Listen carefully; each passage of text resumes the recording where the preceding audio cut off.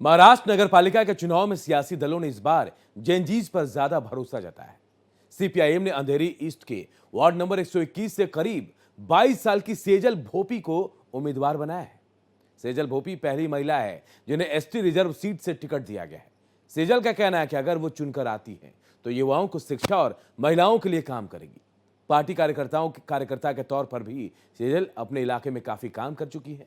हमारी सहयोगी आंचल तिवारी ने सेजल से खास बातचीत की। महाराष्ट्र में होने वाले 29 महानगर पालिकाओं के चुनाव में इस बार पार्टियों की तरफ से जेनजी पर भी भरोसा जताया गया है और सभी पार्टियों ने जेनजियों पर भरोसा जताया है और उन्हें चुनावी मैदान में भी उतारा है। इस समय हमारी मौजूदगी वार्ड नंबर 121 में है और यहाँ पर सीपीआईएम पार्टी की तरफ से जिस उम्मीदवार को उतारा गया है उनका उम्र महज 22 साल है और वो चुनावी मैदान में है। सबसे खास बात तो यह है कि एसटी रिजर्व सीट से इन्हें टिकट मिला है और ये पहली महिला है मुंबई कर दिया गया है। उनसे हम बातचीत करेंगे और जानेंगे कि आखिरकार वो जनता के बीच जाएंगी तो किन मुद्दों को लेकर जाएंगी। सेजल भोपी आपका नाम है और आपको टिकट एम की तरफ से किस तरीके से इस चुनाव को आप देख रही हैं और इस बार पार्टियों ने जेनजी पर ज्यादा भरोसा जताया है? यस, जेनजी अभी बहुत आगे बढ़ रहे हैं तो अभी युवाओं को आगे आना चाहिए। जो पुराने लोग हैं उन्होंने मतलब उनका रिजल्ट दिया है। हमारे एरिया का मैं आपको बताऊं तो कुछ भी काम प्रॉपर नहीं हुआ है, तो आज हम युवा आगे बढ़े हैं और हम सब करके दिखाएंगे हमारे काम। आपको टिकट दिया गया, कैसा लगा? क्योंकि पहली बार भरोसा जताया गया है। आप पार्टी में कार्यकर्ता के तौर पर काम कर रही थी लेकिन अब आप चुनावी मैदान में हैं और आपके सामने कट्टर जो नेता है वो खड़े हैं चुनावी मैदान में। शिवसेना यूबीटी के नेता यहाँ पर आपके सामने खड़े हैं। उनसे फर्क नहीं पड़ता, हमें विश्वास है हम जीतेंगे क्योंकि हमारे काम भी वैसे है और हमारे में एनर्जी है। उनमें शायद एनर्जी होती तो अभी तक हमारा एरिया जो है बहुत आगे सुधारा होता। अभी तक वो हुआ नहीं है तो हम वो कर सकते हैं। आप पहली महिला हैं जिन्हें एसटी रिजर्व सीट से उतारा गया है, टिकट दिया गया है। यस। कैसा लग रहा है? बहुत अच्छा लग रहा है कि हमें चांस मिला है हमारा विभाग सुधारने का। किन मुद्दों को लेकर आप जनता के बीच जाएंगी और अगर आप चुनकर आती हैं तो हम क्या बदलाव देखेंगे इस इलाके में? पहले तो महिला सुरक्षा के ऊपर हम काम करेंगे। सीसीटीवी, स्ट्रीट लाइट्स वो सब पर ध्यान देंगे और आप देखेंगे ड्रेनेज लाइन भी बहुत खराब है और हमारे यहाँ विहार लेक तालाब है, आजू बाजू तालाब है, फिर भी हमारे यहाँ पानी नहीं आता है 24 आवर्स, तो उस पर हमें ध्यान देना है और क्लीनिंग पर ध्यान देना है, एजुकेशन पर ध्यान देना है। जो विधायक जो यहाँ पर एमपीज बने हुए थे उनकी तरफ से कोई काम नहीं किया गया है या फिर आप यहाँ पर क्या कुछ बदलाव करेंगे?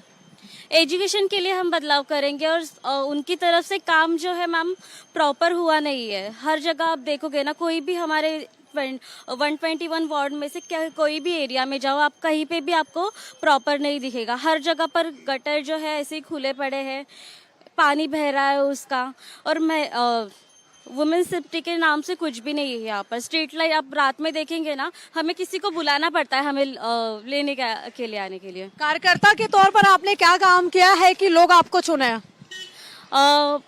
जैसे अभी थोड़े दिन पहले ना हमारे यहाँ लाइट गई थी, 14 आवर्स तक लाइट नहीं था, तो हमने आधे घंटे में मतलब प्रोटेस्ट किया, एक लेटर लिख के दिया था और आधे घंटे हमारा लाइट भी आ गया था। मतलब आज के जो जेनजी हैं वो जेनजी पे भरोसा दिखाएंगे? यस, बिल्कुल। कितनी सीटों पे जीतेंगे आप लोग?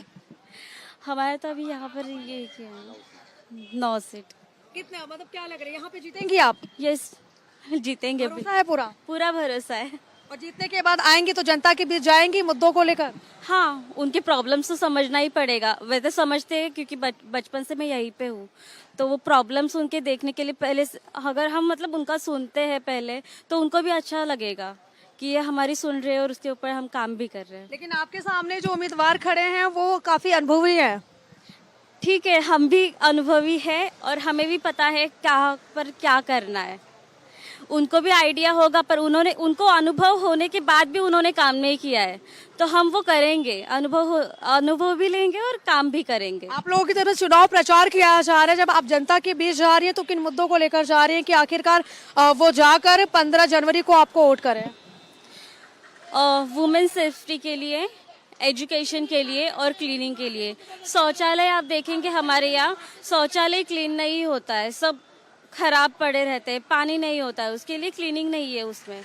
तो वही सब मुद्दों पर हम बोलते हैं, उनको बताते हैं। जैसे अब एजुकेशन को लेके उनके जो बच्चे हैं उनके लिए हम जो भी है बता देते हैं कि मतलब एजुकेशन, यस, हाँ, मतलब उनके लिए भी क्या हम ला सकते हैं न्यू चेंजेस, तो वो सब हम उनको एक्सप्लेन करते हैं। आने के बाद बदलाव होगा? बिल्कुल होगा। जैन जी आप पे भरोसा करें और यहाँ के लोग भी आप पे भरोसा करें? यस, करें, बिल्कुल। 22 साल की उम्र में राजनीति की दुनिया में आपने कदम रखा है, क्यों रखा है? एक सवाल होता है ना कि मतलब मैं क्यों राजनीति से जुड़ रही हूँ, क्यों यहाँ पर खड़ी हूँ चुनावी मैदान में? 22 साल की उम्र काफ़ी छोटी उम्र होती है। समाज सेवा के लिए, जैसे कि हम देखेंगे ना हमारे यहाँ, मतलब मैं आपको बार बार वही रिपीट कर रही हूँ, हमारे यहाँ कुछ भी सही नहीं है, सब एरिया सब जगह की वाट लगी है, तो वही सुधारना है। मतलब लोगों की आवाज आप बनेंगे? यस, हमारे लोगों को आगे बढ़ाना है। जो पीछे रह गए हैं ना, ये जो बड़े लोग हैं, बड़े लोगों को आगे बढ़ा रहे हैं। वही मैं चाहती हूँ कि मैं इन लोगों में रहती हूँ और जो मैं लोगों में रहती हूँ उनको आगे बढ़ाऊँ।